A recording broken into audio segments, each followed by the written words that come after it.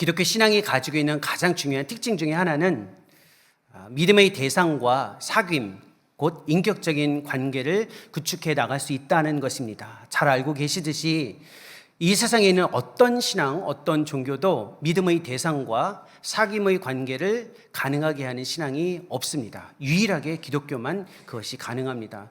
성경에서는 믿는 대상, 즉 하나님과 우리의 관계를 구축하는 사귐을 축복이라고 이야기합니다. 사귀어야 한다. 부담일 수도 있는데 신앙적인 측면에 있어서는 어마어마한 축복입니다. 성경에는 세 가지의 축복이 있죠. 땅, 후손, 그리고 하나님의 자녀가 되는 관계, 즉 사귐이 축복입니다. 사실은 땅이나 후손 같은 것들은 어떤 경우에는 축복으로 선명하게 주어지지만 그렇지 않을 수도 있습니다. 변함없이 우리에게 주어지는 사귐, 곧 관계의 방식은 우리의 신앙에서 굉장히 중요한 의미를 가지고 있습니다. 이것이 우리에게 단순히 축복을 넘어서서 신앙의 근간을 이루고 있는 내용이기도 하죠.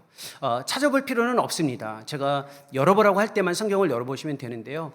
요한복음 17장 3절에 보면 구원에 관한 내용을 명확하게 정의하면서 이렇게 이야기합니다. 구원 곧 영생은 유일하신 참 하나님과 그의 보내신 자 그리스도를 뭐하는 것? 아는 것이에요. 정확하게 알고 계십니다. 유일하신 참 하나님과 그리스도를 아는 것이라고 하지 그리스도를 믿는 것, 고백하는 것, 확신하는 것이라고 이야기하지 않습니다. 아는 것이 중요하다라는 겁니다. 그리스도를 아는 것은 그리스도에 관한 지식이나 교리를 아는 것이 아니라 그리스도를 인격적으로 아는 것을 뜻합니다. 곧 사귐을 뜻합니다. 그럼 여기서 이렇게 질문해 볼 필요가 있습니다. 나는 그리스도를 알고 있는가? 무신론자나 그리스도, 즉 기독교에 대해서 적대적인 분들도 그리스도에 관해서 우리보다 훨씬 더 정교한 지식을 가지고 있죠. 따라서 우리가 교리나 그리스도에 관한 내용을 몇 줄 안다고 해서 내가 그리스도를 알고 있다고 착각하시면 안 된다는 겁니다.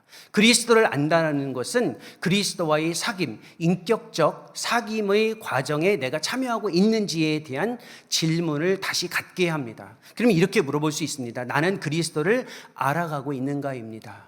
제가 결혼한 지 28년이 돼가고 있습니다. 며칠 있으면 28주년입니다. 뜨거운 95년 8월 마지막 제 토요일 날 저는 결혼을 했습니다. 그리고 28년 동안 제 아내를 알아가고 있습니다. 인격적인 대상을 알아가고 있을 때에는 굉장히 많은 의미가 담겨져 있는데 알 듯 말 듯하고 때로는 아는 것 같으면서도 여전히 모르는 것 같기도 합니다. 따라서 그리스도를 안다라는 말, 즉 그리스도와 사귐이라는 말은 단 한두 번의 경험으로 끝나는 것이 아니라 인생의 과정에서 주어지는 경험이라는 것을 받아들이는 것이 도움이 됩니다. 이것이 우리 신앙에 있어서 굉장히 중요하죠. 그래서 사실 누가복음 9장 이후에 10장이 있는데 맞죠? 10장에 보면 젊은 율법 교사가 영생을 어떻게 얻을 것인지에 대한 질문을 하면서 자문자답을 했습니다.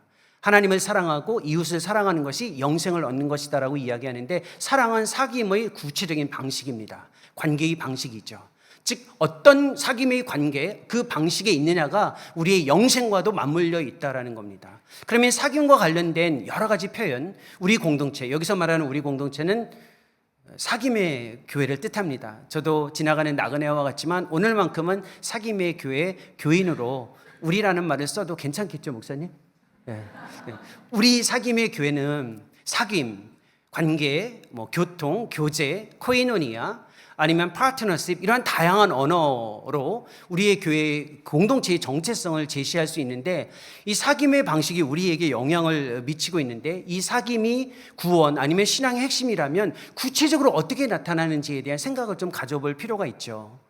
이 사귐의 방식이 신앙 안에서는 인격적인 대상과 관련해서 아주 구체적인 형태로 부르심과 반응으로 나타납니다. 인격적인 관계에서는 반드시 부름과 반응이 나타나게 되어 있습니다. 제가 누군가와 사귄다면 누군가에게 부를 수 있고 그 부르는 대상은 반응을 하죠. 하나님과의 사귐에 대해서 한번 생각해 보십시오. 우리가 지난 수십 년 동안 신앙생활하면서 어디에 집중해 왔습니까? 우리가 부를 때에 하나님이 응답해야 된다라는 것에 너무 집중해 왔습니다. 그러니까 우리를 위한 하나님, 우리를 위한 하나님에만 너무 집중해 왔는데 좀 더 건강한 관계로 사귐을 지속하려면 부름의 출발이 우리가 아니라 하나님이다, 즉 그리스도라는 것을 생각해 보는 것이 도움이 됩니다. 그리스도는 우리를 부르시는 자로 계시고 그 부르심에 우리는 반응하는 자로 있어야 된다는 겁니다. 부르심에 반응하는 이 사귐의 방식을 통해 우리의 삶이 어떻게 나타나야 할지에 대한 내용이 바로 오늘 우리가 읽은 너무나도 잘 알려져 있는 이 제자 아니면 그리스도를 따름과 관련되어져 있는 누가복음 9장 57절부터 62절까지 나와 있는 말씀입니다. 이 내용을 보면 우리 스스로가 어떻게 하면 사귐의 과정에서 우리를 부르시는 그리스도께 반응할 것인지에 대해서 좀 더 관심을 갖고 거기에서 주어지는 은혜와 과제가 무엇인지를 생각해 볼 수 있습니다. 사실 이 부르심에 반응하는 것 자체는 의무는 아니고요, 신앙에 있어서 굉장히 아름다운 일입니다. 부르다라는 단어가 교회와 연결되어져 있는데 칼레인이라는 단어입니다. 물론 중요하지 않으니까 기억하지 않으셔도 돼요. 칼레인이라는 단어의 뉘앙스만 들어보십시오. 근데 아름답다라는 단어는 카울로스 칼론이라고 이야기합니다. 이 말이 무슨 뜻이냐면 세상에서 가장 아름다운 것은 부르심과 연결되어져 있다는 겁니다. 신앙생활을 하다 보면 진리에 대한 관심이 많고 또 옳고 그름에 대해서 관심이 많습니다. 그렇죠? 하지만 진짜 관심을 가져야 될 것이 바로 아름다움에 대한 관심입니다. 하나님은 진리의 하나님이시기도 하시고 선하신 하나님이시기도 하시지만 아름다우신 하나님이십니다. 아름다우신 하나님을 우리의 삶에서 맛보려면 우리를 부르시는 하나님께 우리가 반응할 때 아름다워질 수 있다라고 이야기합니다. 이것이 성경에서 얼마나 중요한지를 베드로는 잘 알고 있기 때문에 베드로전서 3장 3, 4절에서 이런 표현을 했습니다. 너희의 단장 아름다움은 헤어스타일, 머리의 꾸밈이나 장신구, 귀금속 아니면 유명한 옷, 의상, 화려한 의상으로 하지 말고 너희의 삶을 온유함으로 단정하게 해라 라고 하면서 삶의 모습이 하나님께 반응할 때 참된 아름다움, 즉 사귐에 참여할 수 있다고 이야기합니다. 이러한 맥락에서 하나님 나라에 속한 우리들이 이 땅에서 지금 사귐을 지속해 나가는 과정에서 어떻게 주님의 부르심 앞에 반응하는 방식으로 이 사귐의 풍요로움에 참여할 것인가를 본문을 통해서 한번 생각해보고 우리 시대의 삶의 과제를 다져봤으면 좋겠습니다. 57절을 한번 보시겠어요? 57절에 보면 이렇게 출발합니다. 길 가실 때에 라고 이야기합니다. 누가는 성경을 기록할 때 굉장히 의도적인 표현들을 많이 쓰는데 길 갈 때라는 신앙의 여정을 이야기합니다. 우리가 그리스도의 부르심 앞에 반응할 때 먼저 생각해야 할 것은 길을 가고 있는 우리의 인생을 먼저 생각해야 된다는 겁니다. 주님을 따르는 것은 이 세상에서 벗어나서 이 세상과는 상관없이 따르는 것이 아니라 이미 우리가 살아가고 있는 지금 이 세상에서의 삶의 여정에서 주님을 따라야만 합니다. 우리가 살아가고 있는 우리 시대가 주님을 따르는, 즉 사귐의 방식을 구체하는 것과 관련해서 어떤 모습을 가지고 있는지 한번 생각해 보십시오. 지금 우리가 살아가고 있는 이 시대는 어떤 시대입니까? 지난 3년 동안 팬데믹을 경험하면서 대면과 비대면을 오고 가고 신앙에 있어서 굉장히 쉽지 않은 경험들을 해왔습니다. 태어나면서부터 디지털 디바이스, 즉 스마트폰을 우리는 손에 들고 살아가고 있습니다. 어디든지 원하면 들어갈 수 있고 어디든지 원하면 다시 찾아갈 수 있는 것, 스마트폰을 통해서 우리는 경험하고 있죠. 그러다 보니까 우리가 무엇을 경험하냐면 항상 누군가와 연결되어져 있는 사귐을 강화하려고 하는데 아이러니하게도 그 어느 때보다도 고립, 단절, 외로움을 경험하고 있습니다.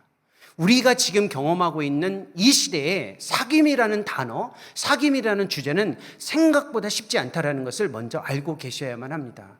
대면 시대와 비대면 시대를 오고 가면서 대면의 반대가 무엇이냐고 물어보면 늘 항상 비대면이라고 이야기합니다. 진짜 그렇게 생각하시나요? 이건 질문이에요. 대면의 반대는 비대면이다 라고 생각하시는 분은 한번 표현하지 마시고 그냥 속으로 생각해 보세요. 나는 대면의 반대가 비대면이다. 진짜 대면의 반대가 비대면일까요?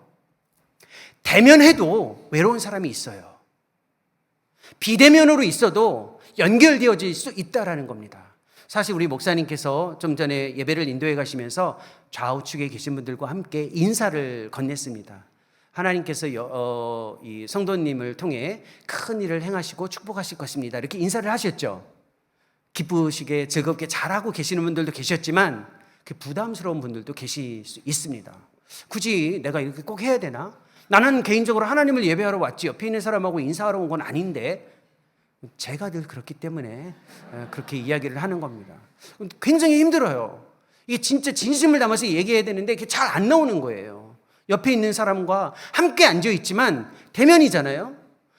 여기에서 경험할 수 있는 게 단절과 고립, 거리감을 경험해요. 따라서 대면의 반대는 외면이에요. 외면.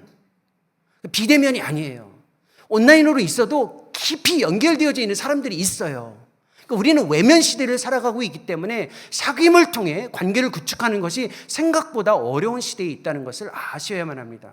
이 외면 시대를 살아가는 우리는 공동체의 경험이 굉장히 막연해졌습니다. 그래서 이 공동체가 항상 우리의 삶에 있어야 되고 필요하다라고는 생각하지만 다가가는 것은 주저하기도 해요. 공동체를 떠나는 것은 불안하고 공동체에 들어가자니 헌신을 요구합니다. 좀 전에 광고 들으셨죠? 교사대학 오시면 말 안 시킨다니까 그냥 오십시오. 사실은 그것도 우리 시대를 드러내는 표현입니다.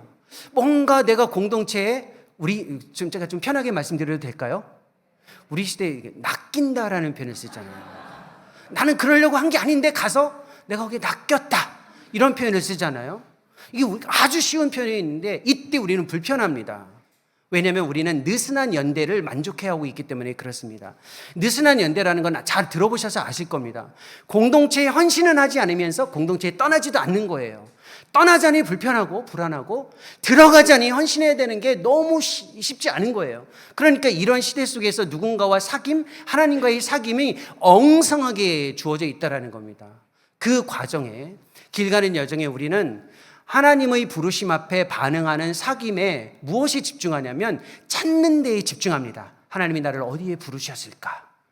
이 일은 하나님이 나를 부르신 걸까? 여기에서 하나님이 나의 소명이 있을까? 나의 사귐은 이 세상에서 무엇인가를 해야 되는 하나님의 일이 있을 텐데 거기에 있지 않을까 집중하는데 하나님의 관심은 무엇에 있는 것이 아니라 어떻게 있습니다. 무엇을 해도 나를 따르는 방식으로 있느냐를 관심을 갖고 보시지 이 일이 너를 향한 부르심이니까 이 일을 해라 라고 먼저 다가오시지는 않으신다라는 겁니다. 그래서 근본적인 소명, 근본적인 사귐, 근본적인 관계에서 집중하셔야 할 것이 있습니다. finding이 아니라 following이라는 겁니다. 사귐에서 제일 중요한 것이 바로 여기에 있습니다. 내가 무엇인가 내가 원하는 것을 찾는 데에 집중하면 어떤 결과가 주어지냐면요. 내가 예수님을 따르면서 뭔가를 쫙 찾았어요. 내가 기대했던 거 찾았어요. 이게 하나님의 뜻이다. 찾았어요. 그 다음에 할 일이 뭐예요? 할 일이 그 다음에? 없죠. 찾았으니까. 그 불필요하다고 느끼는 거예요. 파인딩에 집중하는 신앙은 사귐을 할 수가 없어요. 나의 유익에 집중하고 있기 때문에 그렇습니다. 하지만 팔로잉에 집중하는 사귐은 굉장히 강력하게 풍요로운 경험을 할 수 있다는 겁니다. 주님이 원하시는 이 초청, 즉 나와 사귐, 이 사귐에 대한 초청이 부르심으로 주어졌고 부르심에 대한 반응을 우리가 드러낼 때에 무엇을 생각해야 되는지 바로 길 갈 때의 여정 속에서 생각하는 겁니다. 하지만 이것은 우리 시대의 여정이고 우리 시대의 특징이 있고 그리고 우리 시대의 경험이지만 이것과 관련되어져 있는 아주 중요한 경험이 이미 본문 46절부터 시작됩니다. 이 그리스도와의 사귐의 방식이 그리스도의 부르심에 반응하는 방식으로 주어질 때의 제자들이라고 생각할 수 있는 이들이 미리 경험하고 있는 것이 46절에 나와 있습니다. 46절은 중요하거든요. 이 구절은 같이 한번 보면 도움이 됩니다. 46절 같이 한번 읽겠습니다. 제자 중에서 누가 크냐 하는 변론이 일어나니. 부르심의 요청에 깊은 사귐을 진행해 나가는 중에 제자들 사이에서 누가 큰지 논쟁이 이루어졌습니다. 사실 당시 랍비의 전통에서는요, 그 랍비 스승을 따르는 사람들이 항상 순서를 정했습니다. 누가 큰지, 누가 덜 큰지, 그래서 누가 우선순위에 있는지를 정했어요.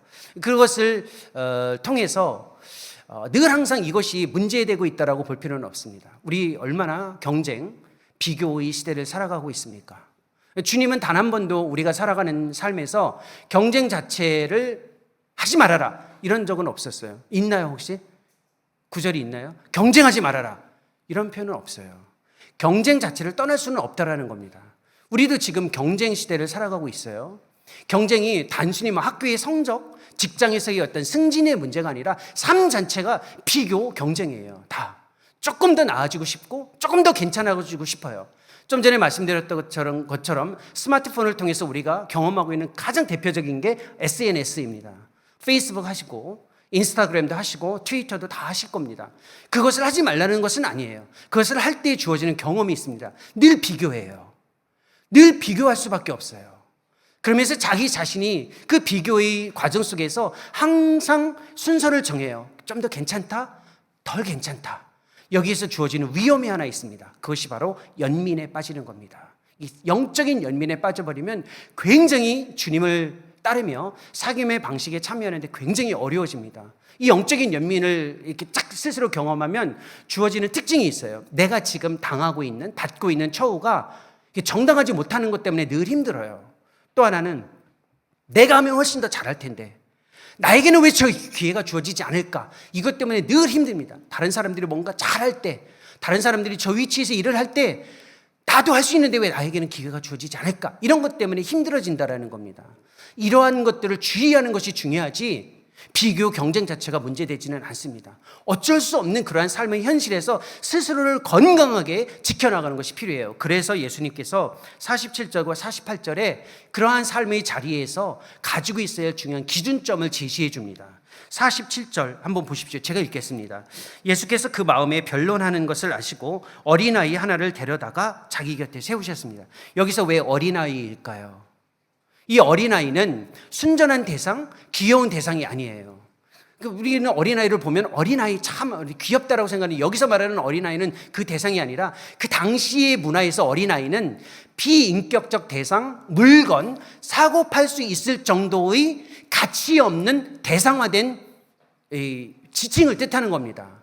그러니까 어린아이는 우리가 생각하는 그 단어의 개념이 아니라 그냥 물건 정도로 취급받았던 시대의 그 대상을 가져온 겁니다. 그리고 나서 이렇게 이야기합니다. 누구든지 내 이름으로 이런 어린아이를 영접하면 곧 나를 영접함이요, 또 누구든지 나를 영접하면 곧 나를 보내신 이를 영접함이라. 너희 모든 사람 중에 가장 작은 그가 큰 자라고 이야기하면서 정말 무시해도 될 정도의 특정한 대상을 받아들일 수 있는 능력, 노력을 할 수 있다면 그 사람이 큰 자다라는 겁니다. 그러니까 내가 얼마나 대접을 받고 있느냐가 아니라 내가 얼마나 받아들이고 영접하느냐가 순위를 결정한다라는 겁니다.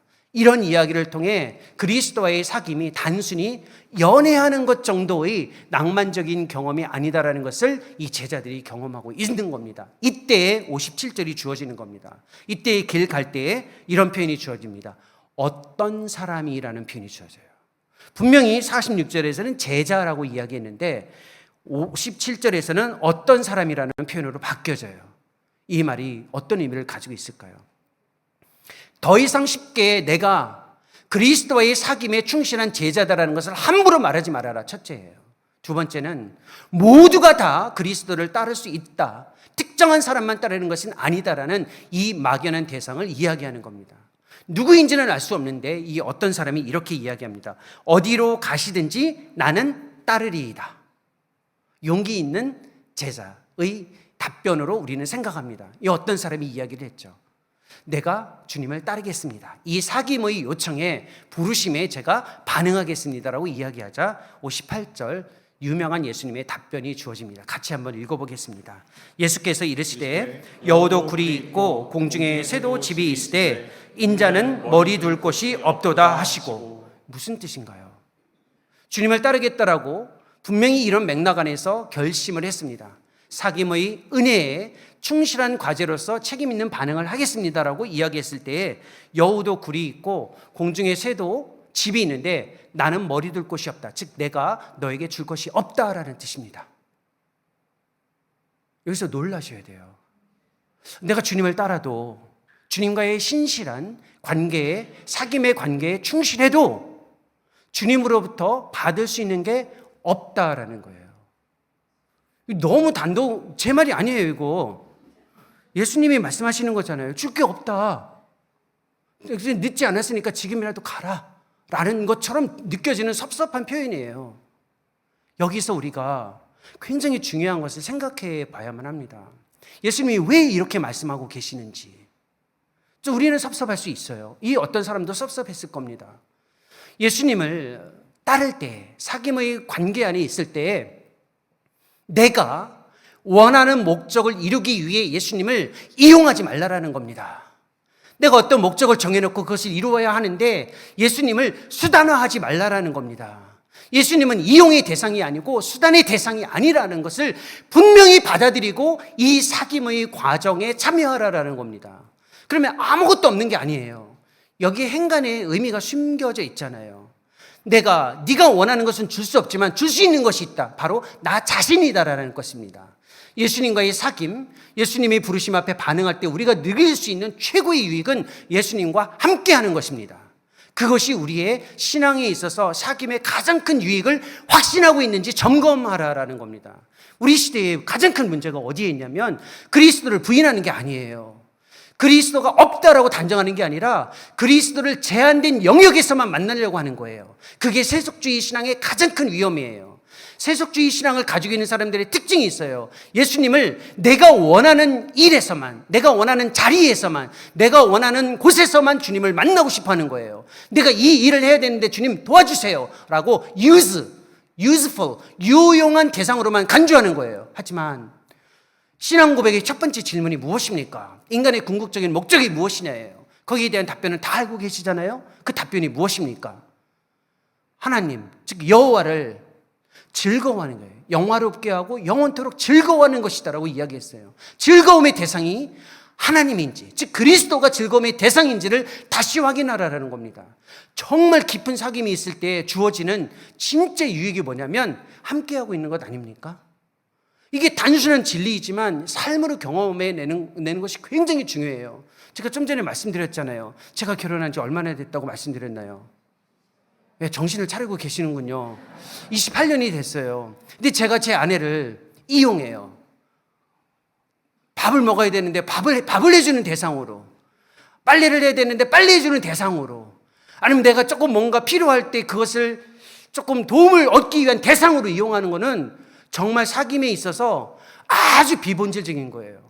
제가 28년 동안 여전히 알다가도 모를 이 대상을 통해 누릴 수 있는 아주 어마어마한 축복이 하나 있어요. 함께하고 있다라는 거예요. 이 어디에 두어도 아깝지 않을, 아니죠. 말을 잘해야 되잖아요. 어디에다 두어도 정말 쉽게 내어둘 수 없는 그 대상이 저와 함께 살아가고 있어요. 제 옆에 있어요. 이게 얼마나 감사하고 기쁜지 몰라요. 이것보다 더 큰 게 있을까요? 이 여인이 다른 남자 옆에 있다면 제가 정말 지금 생각만 해도 그래요. 그 신앙의 경험이 인격적으로 나타나듯이 그리스도와의 관계 속에서 이게 있느냐는 거예요. 우리가 너무 지나치게 이용하려고만 해요. 수단화하려고 한다는 거죠. 기쁨의 대상이에요. 즐거움의 대상이에요. 왜 즐거워하지 않을까요? 왜 예수님이 즐겁지 않아요? 뭔가 도움을 주면 감사한 것 같고, 뭔가 힘겨울 때 찾아오셔서 힘을 주면 감사하는 건 다 해요. 그거 못하는 그리스도인이 어디 있습니까? 하지만 주님 자체를 즐거워하는 것이 왜 어려울까요? 다른 것을 너무 즐거워하고 있기 때문에 그래요. 내가 정말 내 마음속에서 열망을 가지고 즐거워하는 것이 하나님이 아닌, 즉 예수님이 아닌 것이 너무 빠져있기 때문에 그렇다라는 거예요. 그러니까 예수님을 부인하는 게 아니라 예수님이 아닌 다른 즐거움에 너무 지나치게 집중해 있기 때문에 그렇다는 거죠. 그것이 성경 전체에서 늘 항상 가르치는 교훈입니다. 아담의 첫 번째 자녀들 가인과 아벨을 생각해 보십시오. 둘 다 믿음이 있었어요. 근데 왜 아벨의 믿음을 하나님이 받으셨을까요? 가인도 믿음이 있었는데 하나 좀 다른 게 있어요. 장자권이라는 자기가 가지고 있는 것이 있었어요. 근데 장자권을 가지고 있는 것만으로도 너무 행복한 거예요. 특권이니까.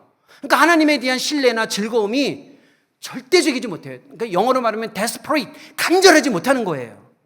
아벨은 그렇지 않았어요. 장자권이 없었어요. 이 땅에서 누릴 수 있는 유일한 즐거움, 의존의 대상, 신뢰의 대상이 하나님이었어요. 출발이 다른 겁니다. 우리의 신앙에서 그리스도의 사귐에 가장 먼저 확신해야 될 것이 바로 여기에 있다라는 겁니다. 이용의 대상으로 사귀지 마십시오. 수단화하기 위해 사귀는 것이 아니라 그 자체의 과정, 그리고 그 대상을 즐거워하기 위해 먼저 반응하고 거기에 참여하라는 겁니다. 이쯤 되자 누구도 쉽게 나가서 주님 따르겠습니다라고 이 사김에 적극적으로 반응할 사람이 없을 것 같죠. 그렇죠? 그래서 실제로 없어요. 성경 보면 없어요. 진짜. 그래서 59절에 예수님이 이번엔 직접 이야기합니다. 59절. 제 말이 아니에요. 59절에 이런 표현이 있습니다. 들어보십시오. 또 다른 사람에게, 이제는 누가 얘기해요? 예수님이 다가가서 나를 따르라 했습니다. 그러자 그가 이르되 나로 먼저 가서 내 아버지를 장사하게 허락하옵소서라고 이야기합니다. 사실 이 앞전의 이야기를 잘 이해했다면 이 답변이 이렇게 나오면 안 돼요. 따르겠습니다라고 해야 돼요. 그렇죠, 권사님? 네. 근데 그렇게 하지 않아요. 정말 이게 의아해하는 반응을 지금 보이고 계신 거예요. 그래서 예수님이 이렇게 이야기합니다. 그 답변에 60절 같이 한번 읽어볼까요? 이르시되 죽은 자들로 자기의 죽은 자들을 장사하게 하고 너는 가서 하나님의 나라를 전파하라 하시고. 이게 무슨 말인가요? 정말 쉽게 이해되지 않는 답변이 다시 주어지는 겁니다. 여기서 먼저 아셔야 될 게 있어요. 이게 예수님의 답변을 가지고 많은 사람들이 영적인 일과 물질적인 일을 구분합니다. 그래서 영적인 일에 집중하고 세상적인 일은 그냥 세상 사람들이 하게 하는 거다. 나도 그렇게 해야 된다고 하는데 그런 맥락은 아니에요. 이 맥락은 그 앞에 이 사람의 답변과 연결시켜야만 합니다. 이 사람이 이렇게 답변했습니다. 나로 먼저 가서 내 아버지를 장사하게 허락하옵소서. 그리고 장사하고 나서 따르겠습니다라는 뜻이에요. 근데 지금 아버지가 죽었다는 게 아니에요. 그렇죠? 지금 죽었다는 게 아니에요. 지금 장래의 소식이 들려진 게 아니고 장사할 때까지 기다렸다가 장사하고 나면 그리고 나서 주님을 따르겠습니다라는 거예요. 주님을 따를 때 주님과의 사귐의 방식에서 주님의 부르심에 반응할 때에 주의해야 할 것이 있어요. 조건적으로 따르지 말라라는 겁니다. 우리는 늘 항상 조건이 붙어 있어요. 주님, 이 일만 해결해 주신다면 제가 주님을 따르겠습니다. 주님이 이 일 아시잖아요. 너무나도 중요해요. 인생에서 이렇게 중요한 일은 없습니다. 이 일만 해결해 주신다면 제가 정말 이전에도 없었던 그 헌신을 주님께 보이겠습니다. 이렇게 고백을 하죠. 용기 있는 고백이지만 얼마나 부정직한 고백인지 우리가 정직하게 들여다보아야만 합니다. 이스라엘 백성들 보십시오. 광야를 떠나서, 애굽을 떠나서 광야를 지내는 동안 그들만큼 기적과 이적을 많이 경험한 사람들은 없습니다. 굶주릴 때 하나님이 먹이셨고 적으로부터 위협에서 보호해 주셨고 잠을 자야 할 때는 구름 기둥을 통해서 그들의 잠잘 수 있는 자리를 아주 보호해 주셨습니다. 힘겨울 때마다 이들이 다 같이 외쳤습니다. 주님, 우리를 도와주십시오. 하나님, 이 위협으로부터 우리를 보호해 주신다면 우리는 더욱 신실하게 주님을 따르겠습니다 했어요. 그렇게 많은 기적을 경험했던 이스라엘 백성들도 끊임없이 기적 이후에 다시 불순종으로 돌아갔고 다시 불순종으로 돌아갔어요. 이게 역사의 교훈이에요. 정신을 차리고 우리 스스로가 우리를 보아야만 된다는 겁니다. 아무리 중요한 일이 우리 앞에 있더라도 이 일만 해결해 주신다면 제가 주님을 따르겠습니다라는 조건적 신앙을 쉽게 고백하지 말라라는 거예요. 너무 조건적으로 나가지 말라라는 거예요. 이 조건적으로 주님을 따르는 사람들은 죽을 때까지 조건이에요. 죽을 때까지 조건이에요. 저도 사실은 형편없이 이러한 삶을 오랫동안 경험해왔습니다. 여러분들이 저를 어떻게 생각할지 모르고 저의 보여지는 외면에서 저의 모습이 어떻게 비춰질지 제가 짐작은 하지만 단정은 못합니다. 그런데 제가 생각보다 공부를 못하는 사람이에요. 어떻게 짐작하셨는지는 제가 몰라요. 그렇지만 실제로 공부를 잘 못했어요. 열심히는 했습니다. 열심히 하는 것과 잘하는 건 다르잖아요. 그렇죠? 자녀들 보시면 알 거예요. 저는 열심히는 했어요. 잘 못했어요. 유학을 가서 공부를 하는데 너무 어려운 거예요. 어려서부터 영어를 잘한 것도 아니고 영어가 능숙하지도 않죠. 석사과정을 마치고 박사과정을 해야 되는데 안 됐어요.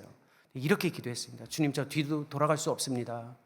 저 앞으로 계속 남아서 공부를 해야 되는데 박사과정 합격만 해 주신다면 정말 이전에도 없었던 헌신을 통해 주님을 섬기겠습니다. 기도를 들어주셨어요.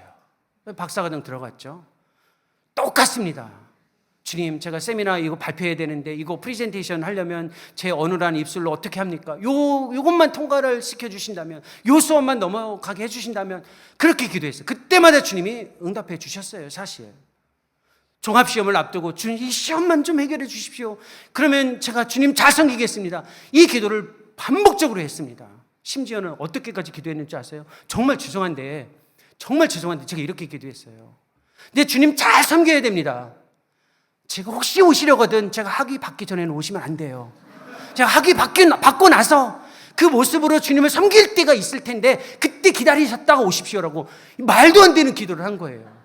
이게 조건적으로 주님을 섬기겠다는 거예요. 나쁜 기도가처럼 보여지지도 않고 어떻게 보면 굉장히 믿음이 있어 보이죠. 섬기겠다고 하는 건 다 거짓이에요. 거짓. 그리고 나서 제가 처음으로 간 곳이 케냐였습니다. 케냐에 가서 5년 반 동안 선교사로 있는 동안 제가 정말 이렇게 선명하게 제가 어떤 사람인지를 보는 경험을 했어요. 그렇게 기도를 통해 조건적으로 주님을 따르겠다고 해서 은혜를 받았으면 케냐에서 얼마나 열심히 선교를 했을까요? 그렇죠? 답은 아시잖아요. 그때도 주어지는 위협 앞에, 주어지는 불편함 앞에 주님 이것만 넘어서면, 이것만 해결해 주신다면 그렇게 조건적으로 했어요. 그리고 나서 우크라이나로 넘어간 겁니다. 우크라이나에서 어떻게 했을까요? 똑같죠? 여전히 그 자리에서 성숙한 모습이 아니에요. 주님 이것만 해결해 주시면 주님 잘 섬기겠습니다. 그렇게도 어리석은 삶을 살아왔어요. 그리고 나서 코로나가 시작될 때 제가 한국에 들어와서 한 3년 정도 지금 신학대학원에서 학생들을 가르치고 있습니다. 목사님 참 부담스러운 말씀을 하셨다고 했는데 그 부담이 지금까지도 있어요. 사실은 어떻게 우리 전도사님들이 저를 이야기하셨다는데 얼마나 지금 제 속에서는 이게 불편하고 불안하고 이게 전 그런 사람이 아닌데 나를 안다면 그런 말씀을 하지 않으셨을 것 같은데 라는 그 불편함이 있어요. 여러분 보십시오. 우리가 어떻게 살아가고 있습니까? 주님의 사귐, 낭만적인 연애인 것처럼 이제는 그 시절이 지금은 지나가고 있잖아요. 우리의 삶을 좀 더 견고하게 사귐의 그 깊은 과정으로 들어가려면 우리 스스로의 모습을 봐야 돼요. 이것만 해주면 내가 잘해줄게. 배우자한테 그런 얘기 해보세요. 맞아요. 내가 너랑 산 게 지금 시간이 언젠데 그 말에 내가 속을 것 같니 하고 그래요. 근데 주님은 들어주시잖아요. 그러니까 주님의 인내를 생각하셔서 우리 스스로가 우리 스스로의 성숙함에 나가야 된다는 겁니다. 근데 우리가 왜 조건적으로 나가는 줄 아세요?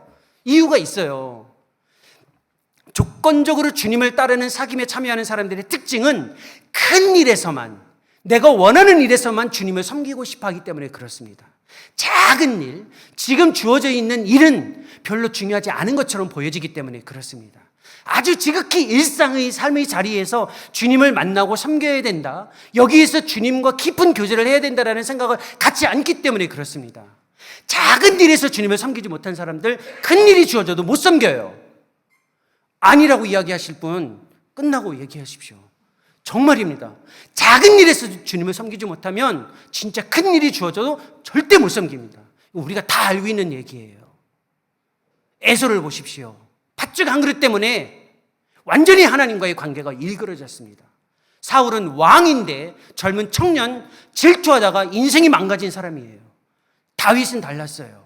다윗이 왜 역사에서 그렇게 칭송받는 신앙의 지도자가 됐을까요? 똑같이 우리처럼 부도덕한 삶을 살아왔고 우리처럼 연약한 인간인데 왜 다윗을 성경에서는 이야기하고 있을까요?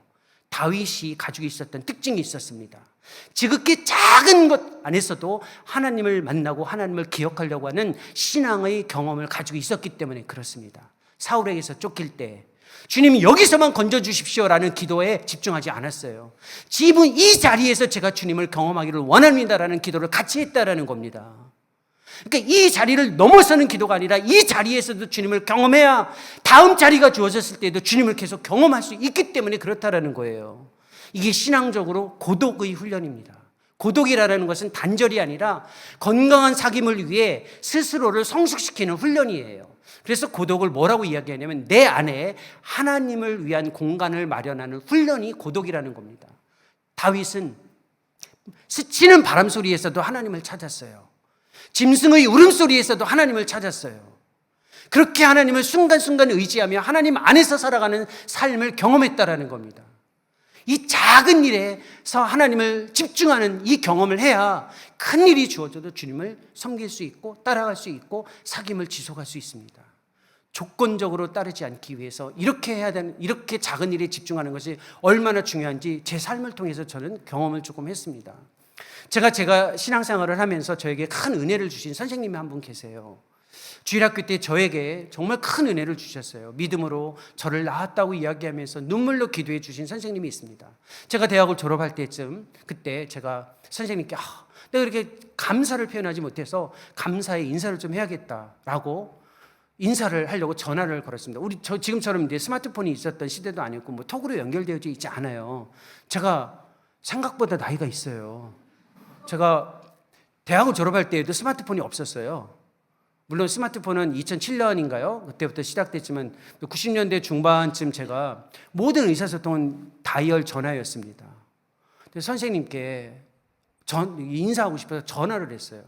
선생님 댁에 전화를 했는데 남편 집사님이 전화를 받으시면서 저한테 이렇게 이야기하는 겁니다. 종훈아, 그 선생님 몇 년 전에 암으로 돌아가셨다. 놓쳤어요. 저는 지금도 그 순간을 잊을 수가 없어요. 왜 지금 내가 감사하지 못했을까? 이게 뭐라고? 내가 더 잘 되고 나서 그때 저를 드러내고 싶었던 거예요. 할 수 없어요. 지금 하셔야 돼요. 옆에 있는 사귐의 대상, 하나님과의 관계 속에서 지극히 작은 일에 집중하셔야 된다는 겁니다. 선교지에 가서도 동일한 경험을 했습니다. 제가 처음 케냐로 가서 선교했다고 말씀드렸잖아요. 그렇죠? 여기까지는 다 같이 이해하고 계시는 거잖아요. 케냐에 딱 들어가서 선교를 하려고 하는데 제가 처음 만난 사람이 저를 너무 힘들게 하는 거예요. 그 사람 이름이 넬슨이에요. 넬슨. 이름만 기억하십시오. 누군지 모를 거예요. 왜냐하면 넬슨은 이름이 많잖아요. 아프리카에. 근데 넬슨이라는 사람인데 이분이 어떤 사람이냐면 제가 저희 가족이 들어가서 지내야 할 이제 학교 숙소를 이제 요청했을 때 준비해놨다라고 이야기했어요. 그래서 밤늦게 공항에 들어갔다가 그 다음날 아침에 넬슨에게 찾아가서 우리 집을 좀 달라라고 이야기했어요. 이분이 저한테 이렇게 이야기하는 겁니다. 너희 집을 며칠 전에 다른 사람에게 줬다. 이게 말이 되나요? 그러니까 지금 이게 우리의 생각으로는 이해가 되지 않는 걸 제가 경험한 거예요. 그래서 그 넬슨이 너무 이상하게 보이는 거예요. 이런 사람이 있나 세상에? 분명히 며칠 전까지 내가 컨펌을 했는데 그 사이에 누가 왔다고 집을 준다? 이게 말이 되나? 넬슨이 너무 싫은 거예요. 이런 사람이 어떻게? 근데 이 넬슨이 어떤 사람이냐면 저에게 비자를 주는 데에 직접적인 도움을 줘야 할 사람이었어요. 늘 항상 물어봐요. 비자는 나왔냐? 그러면 좀 기다려라. 조금 나왔습니까? 그러면 기다려라. 계속 그러는 거예요. 그래서 나와야 될 시점까지 안 나오자 이민국에 연장 도장을 찍으러 가야 되는 상황이 됐습니다. 저를 데리고 이민국 앞으로 데려갔어요. 이민국 앞에 딱 가가지고 이민국 사무실에 들어가기 전에 저한테 이렇게 이야기하는 겁니다. 사실 너를 위해 비자를 신청하지 않았어. 그때 제가 돌을 찾았어요. 돌. 여기까지 세상에 이런 사람이 있을까? 제가 이런 생각을 했는데 얘만 없으면 넬슨만 없으면 내가 케냐를 섬길 텐데 넬슨을 만나서 내가 케냐를 못 섬긴다 이 생각을 했어요. 그때 돌을 찾고 있는 마음의 돌을 찾고 있어요. 마음에서 돌을 찾고 있던 저에게 주님이 마음속에서 이런 생각을 주셨어요. 네가 넬슨만 없으면 케냐를 섬길 수 있을 것 같으냐? 넬슨만 섬기면 케냐를 섬길 수 있다라고 저한테 이야기하시는 거예요. 이 작은 네 앞에 있는 불편한 대상으로 다가와 있는 이 작은 한 사람이 너에게 걸림돌이 아니라 이 대상을 섬겨야 케냐를 섬길 수 있다라는 거예요. 작은 것. 왜 작은 것으로 보여지냐면 여기는 내 일이 아니고 내가 만날 사람이 아니고 내가 섬겨야 할 사람이 아니라고 스스로 단정한 거예요. 이게 없어야 내가 갈 수 있고 내가 섬길 수 있다라는 생각이 나를 지배하고 있기 때문에 그런 거예요. 그때 제가 돌이켰어요. 상식적으로 생각하지 말자. 옳고 그름을 따지지 말자. 내 관점에서 상대를 보지 말자. 내가 섬기러 왔다면 섬기는 일에 집중하자. 그 사람이 어떤 모습을 가지고 있더라도 섬기자. 이 말을 제 마음속에 새겼어요. 그리고 나서 넬슨을 그다음부터 미워하지 않으려고 어마어마하게 노력했습니다. 일부러 오셨어요. 제가 인상이 얼마나 지금 이게 밝은 표정이 아니에요. 제가 봐도. 그렇죠?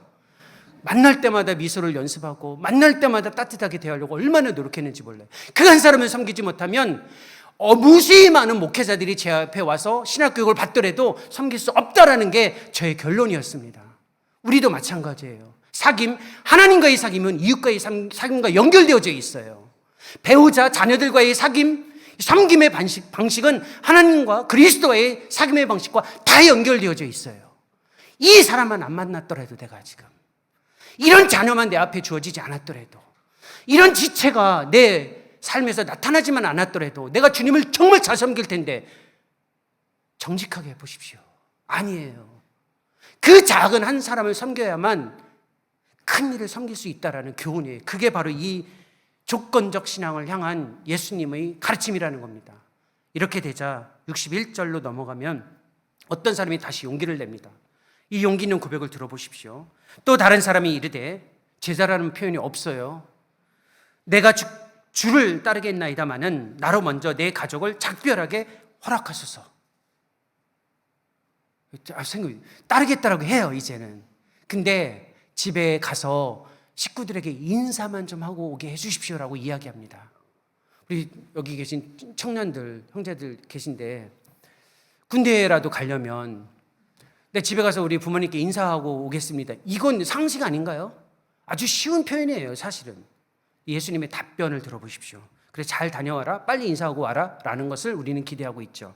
62절 다 같이 읽었지만 다시 한번 다 같이 읽어보겠습니다. 예수께서 이르시되 손에 쟁기를 잡고 뒤를 돌아보는 자는 하나님의 나라에 합당하지 아니하니라 하시니라. 가라는 걸까요? 가지 말라는 걸까요? 가서 인사하고 와라라는 뜻인가요? 아니면 인사하지 말라는 뜻인가요? 자, 이제 질문. 인사하고 오라는 것 같다라고 생각하시는 분은 오른손을 조금만 움직여 보십시오. 밑에서. 아니다, 이건 가지 말라는 거다. 그럼 왼손을 움직이시면 됩니다. 그렇죠? 이게 이런 거예요. 우리가 어떻게 반응해야 될지 모르는 거예요. 이게 무슨 뜻일까요? 사귐의 과정에서 주님의 부르심에 우리가 반응할 때 뒤를 돌아보는, 즉 과거의 경험에 집중하는 것을 주의하라라는 것입니다. 우리는 늘 이 생각을 하죠. 나는 그때 뜨거웠다. 나는 그때 하나님을 정말 잘 섬겼다. 나는 그때 뜨겁게 사랑했다. 그건 그때예요. 우리가 언제 과거를 이렇게 돌아보는지 아세요? 힘들 때 뒤를 돌아봅니다. 사람은요, 항상 힘들면 과거를 딱 돌아봐요. 근데 언제 제일 힘들어요? 지금이죠. 지금이 제일 힘들어요. 그때 그렇게 힘들었는데도 지나고 나면 지금 게 더 힘든 거예요. 항상 우리는 뒤를 돌아봐요. 팬데믹이 처음 시작됐을 때 이렇게 했잖아요. 모일 때 그때 좀 더 잘할 걸. 그렇죠? 지금 엔데믹 시대가 왔어요. 팬데믹 시대가 좀 더 나았던 것 같다. 이런 생각하시는 분들도 있어요. 여전히 힘들어요, 인생은. 그러니까 이게 진리가 여기에 숨겨져 있는 거예요. 끊임없이 뒤를 돌아보는 거예요, 우리는. 그때가 나았다. 그리고 그때의 경험이나 그때의 신앙의 그때의 모습이 지금도 나타났으면 좋겠다. 왜냐하면 우리가 생각할 수 있는 최고의 기준점은 내가 살아온 경험밖에 없어요. 그 그림을 가지고 있거든요. 거기에 갇혀있지 말고 앞을 향해 보라는 거예요. 하나님 나라에 합당한 시각을 가지고 있어라 라는 뜻이에요. 이 말은 단순히 앞을 향해 긍정하라, 낙관하라는 뜻이 아닙니다. 모든 게 잘 될 거야, 괜찮게 될 거야, 포괄적인 의미로는 맞아요. 하지만 좁은 의미로는 틀린 표현입니다. 그러니까 힘들고 어려울 때 잘 될 거야 이렇게 쉽게 말하지 마십시오. 안 되면 책임질 거예요? 우리 책임 못 지잖아요. 안 될 수도 있어요. 근데 그게 우리에게 안 되는 건 아니에요. 그러니까 언어를 잘 구분하셔야 된다는 겁니다. 앞을 봐야 된다는 말, 즉 쟁기를 가지고 끌 때 우리 어르신들은 농사 짓는 경험 해보셨잖아요. 아니 아시잖아요. 쟁기를 가지고 뒤를 보면 안 돼요, 그렇죠? 반드시 앞을 봐야 이게 고랑이 반듯하게 나거든요. 앞을 봐야 된다는 말은 반드시 봐야 할 것은 나의 경험, 나의 생각, 나의 가능치가 아니라 하나님이 나를 향해 가지고 계신 그 삶의 분명한 비전과 확신을 확신하며 그것을 응시하고 있어라라는 거예요. 근데 그게 뭔지 몰라요. 그려지지 않아요. 왜 그려지지 않냐면 그려지면 안 돼요. 그려지면 만약에 그게 그려질 수 있다면 은혜가 되지 못하기 때문에 그렇습니다. 은혜라는 것은 철저하게 내 스스로의 가능성 밖에서 나에게 주어지시는 하나님의 역사예요. 그게 은혜예요. 내가 기대하고 그렸던 것이 주어지면 그건 감사의 조건이에요. 감사의 조건과 은혜는 구분이 돼요. 우리는 은혜를 경험해야 하기 때문에 바로 이게 굉장히 중요한 신앙의 과제입니다. 하나님은 우리를 향해 그림, 분명한 우리를 향한 세상을, 우리를 향한 분명한 세계를 반드시 가지고 준비하고 계세요. 우리는 거기에 용기 있게 발을 내딛는 것이 어려운 겁니다. 왜? 경험해보지 못했기 때문에. 살아보지 못했기 때문에 그래요. 그러나 항상 은혜의 경험을 생각해 보십시오. 요셉이 어떤 인물이었습니까? 하나님이 정말 사랑했어요. 근데 궁덩이에 빠졌잖아요. 스스로 생각해낼 수 있는 가능성이 하나도 없었어요. 그때 밖에서 주어지는 무엇인가가 요셉을 건져냈어요. 이게 은혜인 거예요. 예레미야가 주님의 말씀을 선포하다가 오물구덩이에 빠졌어요. 아무것도 기억해낼 수 있는 게 없어요. 어떻게 하면 나갈 수 있는지 가능성이 없었다라는 거예요. 그때 헝겊 조각이 엮어져서 내려와서 예레미야를 건졌어요. 이게 바로 우리가 기대해야 할 신앙의 새로운 가능성이라는 겁니다. 예수님이 우리에게 나를 따르라, 그리고 하나님을 응시해라 라는 말은 네가 가지고 있는 경험과 네가 가지고 있는 생각에 갇혀서 그것을 기대하라는 것이 아니고, 하나님이 일하시며 하나님이 가지고 있는 그 세상을 확신하고 그것이 무엇인지는 눈으로 그려지지 않더라도 확신을 갖고 발걸음을 내디디라라는 초청이에요. 어마어마한 초청이에요. 제자로 살아가는 것.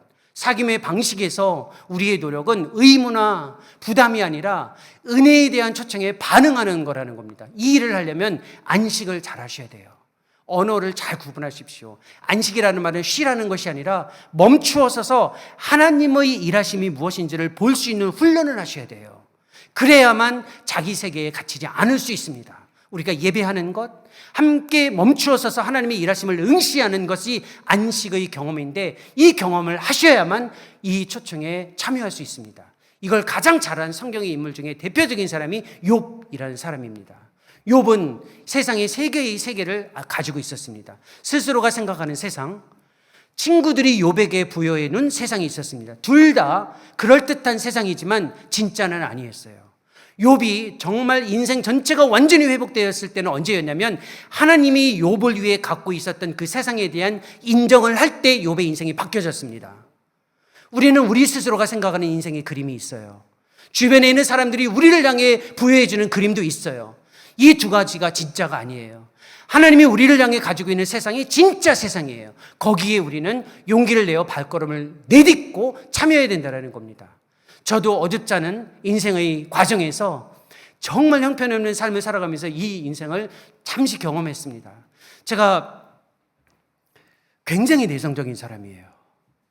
굉장히 소심하고 누구한테 가서 말도 잘 못해요, 사실은. 그러니까 지금 얼마나 용기를 내고 있는지 지금 느껴지시죠?